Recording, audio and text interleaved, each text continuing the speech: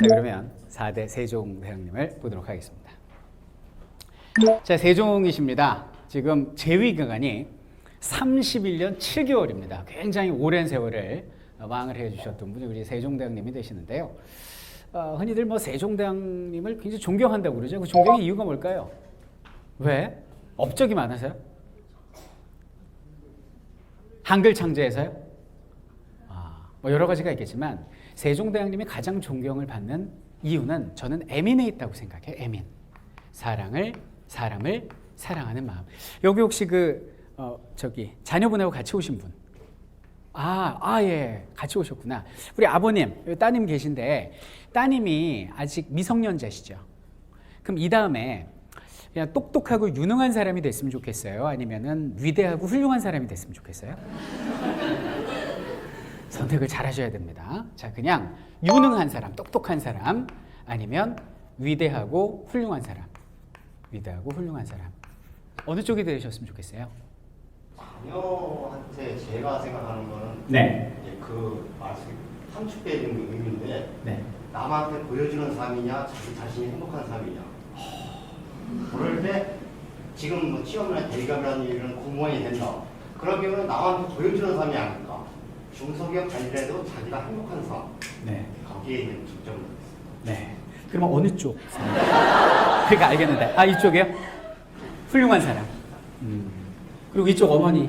네. 자녀분 같이 오셨는데 세 자녀세요? 아니. 삼남매? 플러스 이웃사촌이요. 이웃사촌까지. 네. 그럼 우리 자녀분들이 유능, 훌륭 어느 쪽? 똑똑, 위대. 저는 그냥 아이가 편한데. 편한 대로. 굳이 두 개는 바람이 있다면? 너무 큰 것 같아요. 굳이 선택을 한다. 유능 쪽. 유능 쪽. 네. 네. 유능 선택하신 분 처음 봤어요. 강연을 한 100회 정도 다니면서. 근데 보통 많은 분들이 이제 이렇게 훌륭한 사람, 위대한 사람이라고 꿈꾸잖아요. 위인을 꿈꾸잖아요. 그러면 이 유능하고 똑똑한 사람하고 훌륭하고 위대한 사람의 차이점이 뭘까요? 차이점이. 뭐가 있고 없음에? 이거. 사람을 사랑하는 마음이 있느냐 없느냐에 따라서 이게 갈리는 거죠. 예를 들면 그냥 똑똑하기만 사람은 누가 있을까요? 히틀러도 똑똑해요. 임진왜란 때 우리나라를 쳐들어왔던 토요토미 히데요시도 똑똑해요. 근데 그 사람들은 뭐가 없어요? 사람에 대한 사랑이 기본적으로 없는 거예요. 자, 그런데 훌륭한 사람, 우리 역사적으로 훌륭한 사람 누가 딱 떠오를까요? 세종대왕. 또 조선 후기 하면 또 누가 떠오를까요? 이순신 장군 또. 네. 좀 이렇게 현실적 너무 가까운 분들은 빼고 좀 오래되신 분들로 정조대왕 이런 분들이잖아요. 이분들이 전부 다 에민의 사람을 사랑하는 마음이 있었기 때문에 여기는 어떤 위대한 군주 혹은 위인이다 소리를 듣는 거거든요. 그래서 여기는 세종대왕을 저는 한마디로 에민군주라고 표현을 하고 싶습니다. 자, 우리 지금까지 함께 살펴봤던 왕들 4글자로 한번 정리해 볼게요. 태조 이성계는 여러분들 일단 오늘 오셨으면 하나만 기억하고 가시면 돼요. 하나만. 이성계 하면 한양천도도 좋고 일단은 개국군주예요. 나라 세운 사람. 그죠? 그 다음에 정종 그러면 시험 볼 게 아니면 허수아비? 이것만 생각하시면 되죠. 정종이면. 태종은 왕권강화? 이것만 알면 되죠. 세종은 애민군주다. 이렇게 봐주시면 되겠습니다. 우리가 알고 있는 세종의 그 모든 업적들이 다 백성을 향한 사랑으로 집중되어 있는 거죠. 백성들을 똑똑한 백성으로 만드시려고 했고 덕스러운 백성으로 만드시려 했고 그리고 잘 먹고 건강한 백성을 만드시려고 했거든요. 이건 자식을 향한 부모의 마음이 아닌가라는 생각을 해봅니다. 자, 세종의 업적 우리 하나하나 볼까요? 자, 세종의 여러 가지 업적들이 되게 많잖아요. 한글 창제도 있고 치국이 해식이 굉장히 많은데 그래서 사람들은 세종대왕님을 문치주의의 왕 이렇게만 생각하는데 이 세종대왕님은 굉장히 무예도 강하셨던 분입니다. 우리나라가 이렇게 있으시면 우리 교과서에서도 배우는 건데 여기는 왜구의 근거지. 왜구가 일본이 쳐들어오는 게 아니고 도둑놈구자 그래서 도적구자. 일본 해적들이 우리나라에 창궐 했어요. 고려 말부터 수백 년 동안 해안가를 약탈했거든요. 그래서 왜구의 근거지 여기는 쓰시마를 갖다가 정벌하신 분이 바로 세종 때 이 업적에 들어가고요. 여기는 오늘날 개마고원에 4개의 군을 만들고 이 지역에 6개의 군사도시를 만들고 영토를 이만큼 넓히신 공민왕이 여기까지였잖아요. 세종대왕님이 오늘날 압록강, 두만강 라인을 완성하신 거죠. 이렇게 무에도 강하신 분이 우리의 세종대왕님이시다라고 보시면 되는데, 조금 디테일하게 말씀드리면 여기는 스시마 정벌은 세종실록에 나오지만 세종의 업적이라고는 하지만 실은 태종의 업적으로 보는 게 맞습니다. 무슨 얘기냐? 태종이 그 자기 셋째 아들한테 왕을 넘겼잖아요. 그러니까 세종 때는 그러니까 뭐 어떻게 보면 상왕이 둘이네요. 그죠? 왜냐하면 아버지 태종도 살아계시고 그리고 삼촌이죠. 큰 삼촌 정종도 살아계시니까. 근데 여기는 세종에게 모든 걸 다 주는데 태종은 딱 하나만 안 줬습니다. 그게 뭐냐면 군권이었어요. 그러니까 군권은 내가 딱 잡고 있고 모든 행정, 경제, 피곤한 업무는 아들한테 다 맡긴 거죠. 그리고 맨날 사냥을 다니는 거예요. 이 태종의 문제가 사냥이 문제예요. 그러니까 사냥만 안 했으면 좀 더 성군 쪽에 가까웠던 게 태종인데 이 아버지한테 물려받은 무예 기질이 강해가지고 사냥에 미쳐있던 사람입니다. 근데 사냥이 이게 얼마나 백성을 괴롭히는 거냐면 왕이 한번 사냥을 나서잖아요. 그럼 그 근처에 있는 짐승이 숨을 만한 모든 숲을 다 베거나 불태워버려야 돼요. 짐승이 숨으면 안 되니까. 근데 이게 가을 추수 끝나고 사냥 나가면 얼마나 좋겠습니까? 근데 추수 끝나면 추워지잖아요. 그러니까 좀 일찍 사냥을 나갑니다. 그럼 농민들 입장에선 벼가 아직 채 익지도 않았는데 이른 수확을 해야 되는 이런 또 문제점이 있었고, 그리고 왕이 행차라니까 보안 문제도 있고 경호 문제도 있으니까 집을 다 비워야 돼요. 내가 살던 집을. 그리고 이렇게 바깥쪽 집에 살다가 왕이 나타나면 5,000명 정도가 한 번에 동원이 돼서 짐승을 몰아요. 왕 있는 쪽으로. 그럼 짐승을 신나게 거기서 사냥하고 노는 거죠, 완전히. 그러면서 맨날 태종이 했던 얘기는 군사훈련이다 이렇게 얘기를 했거든요. 그만큼 무에 강했던 사람이에요. 그러니까 군권은 내가 잡고 나머지만 아들한테 넘겨준 거예요. 그래서 세종이 처음 즉위했을 때 병조 판서가, 오늘날로 따지면 국방부 장관이죠. 국방과 관련된 문제를 세종한테 고했다가 태종한테 목이 날아가 버리는 일이 벌어집니다. 그만큼 나 아직 안 죽었어, 아직 힘은 나한테 있어, 이거를 강조했던 게 태종 이방원이었죠. 근데 세종 즉위하고 여기는 왜구가 너무나 괴롭히니까 태종이 명을 내려서 왜구의 근거지인 대마도 스시마를 정벌하려는 명령을 내리는데요. 그 교서가, 정대마도 교서가 역시 태종의 명령답습니다. 같이 한번 볼게요. 일단 시작이 대마도가 우리 땅이라고 못 받고 들어갑니다. 대마도는 우리 땅인데 다만 변두리이고 좁고 누추함으로 외놈들이 거주하게 두었더니 개같이 도적질을 하고 쥐같이 훔치는 버릇을 가지고 마음대로 군민을 살해하고 아비들과 형제들을 잡아간다. 그 남자들을 잡아가니까 어떻게 돼요? 그 집에 불을 질러버리니까 고아와 과부가 바다를 바라보고 우는 일이 해마다 없는 때가 없었다. 뜻있는 선비와 착한 사람들이 팔뚝을 걷어붙이고 탄식하며 너희의 피부 껍질을 벗겨서 살을 생으로 씹어먹고 너희의 피부 껍질 위에서 잠자기를 생각함이 몇 년째다. 이것이 진정한 토르 이방원이에요. 역시 이방원답죠. 이런 무시무시한 교서를 내리고 스시마에 가서 그냥 때려잡아버린 사람이 여기는 태종이다. 이렇게 보시면 되겠습니다. 그래갖고 태종을 이렇게 딱 치면은 세종은 어떻게 해야 돼요?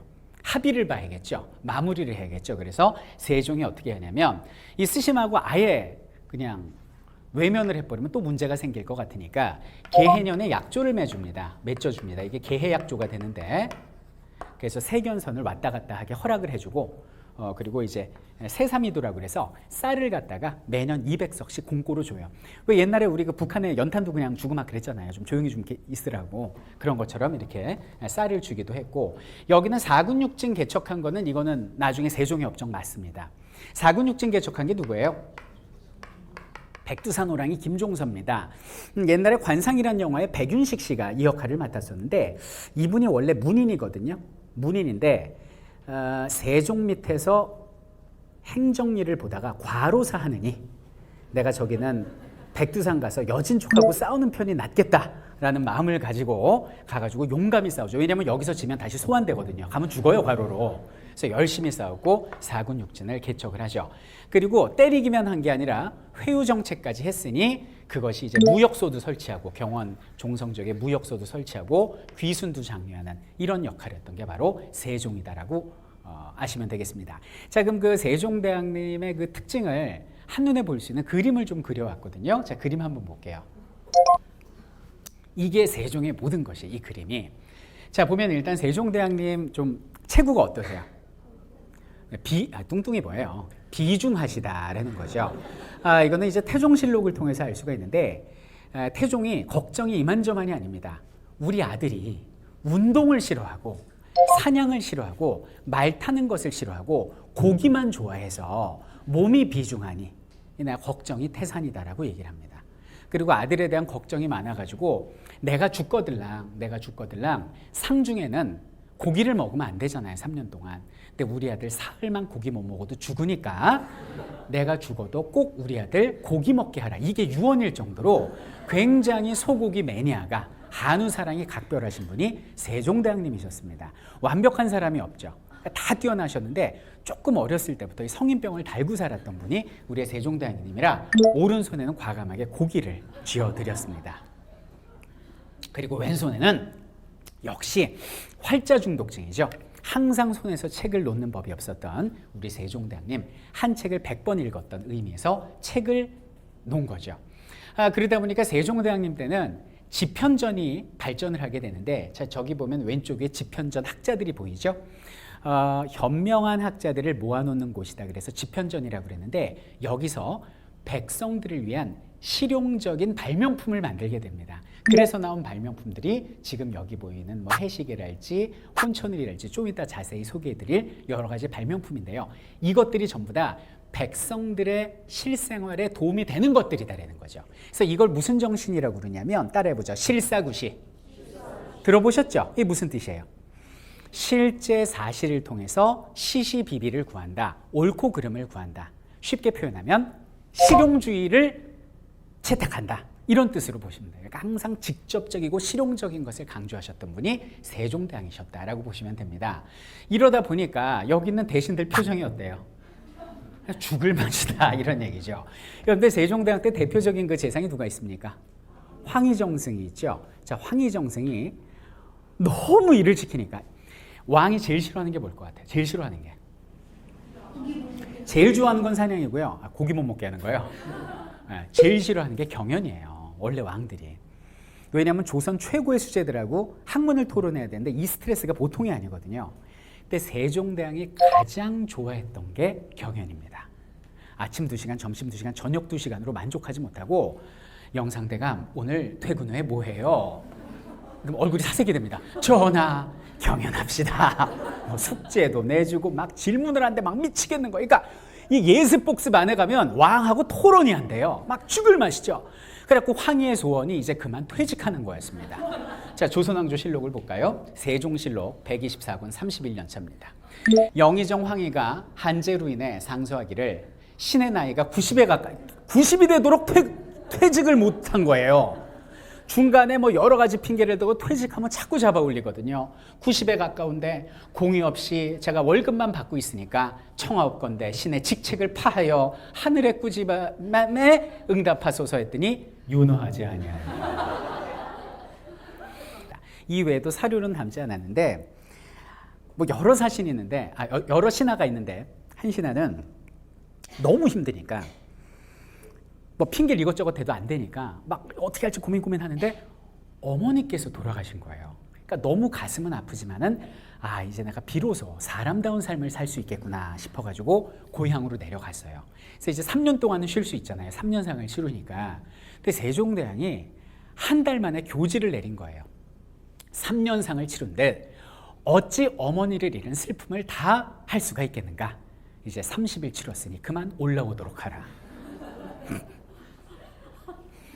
전하, 그건 유교의 법도에 어긋납니다. 저 3년 꽉 채우고 올라가겠습니다.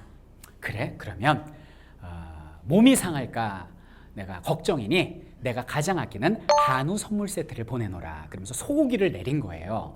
이게 세종의 입장에선 신의 한 수입니다. 왜냐하면 여러분들 상중엔 고기를 먹으면 안 됩니다. 고기 먹는 순간 그 상은 깨지는 거예요. 근데 임금이 내린 고기를, 그때는 냉장시설, 냉동시설이 없죠. 안 먹고 상하면 역적으로 몰려서 사약을 먹어야 돼요. 아메리카노 있잖아요, 진한 거. 그럼 어떻게 사약을 먹을래? 소고기 먹을래? 이거야. 전하! 그러면서 울면서 소고기를 먹어요. 그리고 결국 상 깨졌으니까 올라가는 이런 잔인한 방법으로 대신들을 끔찍하게 일을 시켰던, 거의 오늘날로 따지면 노동법 위반에 해당하는 이분이 세종대왕님이 됩니다. 그러니까 임금이 이렇게 부지런하고 피곤할수록 누구는 행복한 거예요? 백성은 행복한 거죠. 그냥 백성만 행복한 게 아니라 그냥 일반 인간으로 취급받지 못했던 노비들마저 만세를 부르고 있습니다. 아기를 안고 있어요. 육아휴직을 주는 세종대왕 만세 이렇게 나오는데, 그 전에 그 관내 노비들은 거의 육아휴직의 개념이 없었어요. 뭐 좁아야 이틀 3일이었거든요. 그 몸을 어떻게 풉니까 우리나라 사람들이. 좀 이게 동양인들은 좀 힘이 약하잖아요. 근데 이제 문제는 뭐냐면 세종대왕이 그 모습을 본 거예요. 이게 뭐냐, 안 되겠다. 그래서 이게 이제 출산을 하지 않습니까? 출산을 하면 출산 후에 휴가를 100일을 준 거예요. 관노한테. 근데 100일을 줬는데 문제는 뭐냐면 출산하기 전에는 못 쉰다는 얘기 아니에요. 그래갖고 내일 모레 출산인데 아직도 일하는 노비를 본 거예요. 그래갖고 야, 이거 안 되겠다 싶어서 30일을 더 줘요. 더 주고, 그리고 가만 보니까 여기는 여자를 비라고 그러고 남자를 노라고 그러거든요. 여기는 비가 출산 후에 힘든데 남자 노도 30일을 더 줍니다.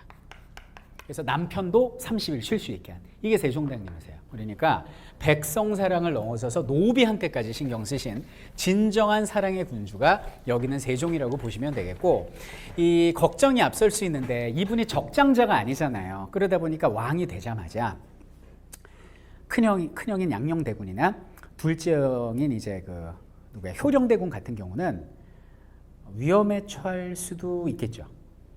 이게 본인의 뜻과는 상관없어요. 어떻게 되는 거냐면 세력이 형성됩니다. 세종대왕의 반감을 품은 무리가 이렇게 해갖고 양녕대군 집에 찾아가서 술을 한잔합니다. 유교적 법도에는 적장자가 왕이 돼야 되는데 말이죠. 이거 한마디 하잖아요. 이게 새 나가면 그 사람은 영모죄가 되고 그 형까지 딸려갖고 같이 유배당하고 죽고, 이게 조선시대의 특징이거든요. 근데 양녕하고 효령하고 죽을 때까지 우애가 깊고 행복하게 살다 가셨단 말이죠. 그 이유는 두 가지에서 찾아볼 수 있는데, 첫 번째로는 세종대왕님이 타고난 성품이 유하세요. 그래서 그렇고, 두 번째는 그런 세력이 형성되지 않았을 뿐만 아니라 논의조차 없었어요. 그 이유는 뭐냐면 너무 차이가 나서예요. 양녕대군은 동생이 왕이 되고 나서 본격적으로 술 마시기 시작합니다. 정말 방탕의 끝을 보여주죠. 그 맨날 올라오는 게 저 사람 좀 어떻게 하세요? 이게 세종이 다 봐주거든요. 그래서 세력이 형성될 수 없었고, 효령 같은 경우는 본격적으로 머리 밀고 중이 되십니다. 그래갖고 계속 목탁을 치시니까, 이건 뭐 거기다가 세종은 또 너무 잘하잖아요. 그러니까 아예 그런 일이 없었던 태평성세가 세종대왕 때다, 이렇게 봐주시면 되겠습니다. 그 학생들이 있어서 제가 도움될까 봐 요거 하나만 말씀드리면, 이 세종 때 뭐가 있었냐면 정치적으로 의정부 서사제라는 게 있습니다. 따라해 볼까요? 의정부 서사제. 자, 이걸 보면 세종대왕의 면모를 알 수가 있는데, 자기 아버지는 어떻게 했어요? 왕이 있고 의정부가 있고 그리고 6개 장관 6조가 있으면 직접 보고하고 직접 명령받아라. 본인이 완전 독재를 했잖아요, 아버지는. 그래서 왕권이 더 강했다면 세종대왕은 6조 잘 들어요. 여기는 모든 일을 의정부에 물어보세요. 여기에 내가 아끼는 황희하고 맹사성이 있으니까 이분한테 물어보시고, 의정부는 그거를 초합축으로 해서 나한테 간단히 보고만 하세요. 그래서 내가 오케이 하면 그거를 의정부가 전달하세요. 6조는 이제부터 의정부 명령을 따르세요. 다만 사람을 죽이고 살리는 사형과 관련된 문제랄지 군사와 관련된 문제랄지 인사와 관련된 문제는 중요하니까 그전처럼 직접 보고하고 직접 나한테 명령을 받고, 그 외에 수백 수천 가지의 여러 가지 사안들은 의정부가 알아서 하세요라고 말씀을 하십니다. 이러면 사람들이 생각할 때 어떻게 될 것 같아요? 왕권하고 신권 중에 이렇게 돼야 정상이죠. 근데 이렇게 되지 않고 이렇게 됐다 이거예요. 이게 그 유명한 이상사회였던 왕권과 신권의 조화, 진정한 유교의 이상주의를 현실화한 사람이 세종대왕님이 되십니다. 그리고 요 시기에 서무결제권도 세자, 훗날 문종한테 넘겨버립니다. 그럼 세종대왕은 말년에 뭐 했을까요? 이때부터 창제한 게 한글이에요. 아무도 모르게 시크릿하게 한글을 창제합니다. 그럼 왜 시크릿하게 한글을 창제했는지는 잠시 뒤에 밝혀지고요. 자, 그럼 세종대왕의 업적들 하나하나 살펴보도록 하겠습니다. 자, 우리는 항상 세종대왕님을 너무 자주 뵙고요. 또 자주 뵙고 싶기도 해요. 요즘은 이제 그 사임당신시를 더 좀 찾는 경향이 있는데 그래도 항상 대표적인 분이죠. 세종대왕님은 만원권의 표지에 있으시고 뒤에는 1월호 몽도라고 그래서 왕 뒤에 그 병풍에 있는 모습입니다. 그래서 5개 봉우리가 있고 해와 달이 있는 모습이 되겠고요. 뒷면을 보면 세종대왕의 세계를 알 수가 있는데 이 뒷면의 배경에 보면 막 점이 찍혀져 있죠. 저게 별자리예요. 태조 이성계 때 만들어진 고구려의 천문도를 바탕으로 만들어진 천상열차 분야지도라는 천문도입니다. 하늘에 관심이 많았다라는 거예요, 우리 민족은. 그리고 이것이 혼천이라고 그래서 천체 측정 각도기인데 누가 만들었을까요? 세종대왕이 누구를 시켰을까요? 파격적 인사, 장영실을 시켜 만듭니다. 능력 있는 사람은 신분을 가리지 않고 등용을 합니다. 장영실, 아버지 중국 사람이고 엄마가 관노였어요. 기생이었습니다, 기생, 관기. 완전 천민이거든요. 근데 여기는 장영실을 육품으로 등용하고 나중에 3급 공무원까지 올린 사람이 세종이에요. 능력 있는 자 내가 쓰겠다라는 거죠. 그래서 장영실이 만든 천체 측정 각도기고 이게 이제 20세기 광학망원경. 그래서 반만년을 내려오면서 하늘에 대한 관심을 많이 가진 우리 민족을 나타내고 있는 것이 만원짜리의 뒷면이 되는 거고, 왜 이것을 담았냐면 사실 우리 민족은 농경사회였죠. 하늘의 별을 봐야 가물고 홍수날 것을 예측하기 때문에 항상 하늘을 봤다는 것이죠. 그래서 그런 면을 면면히 볼 수가 있습니다.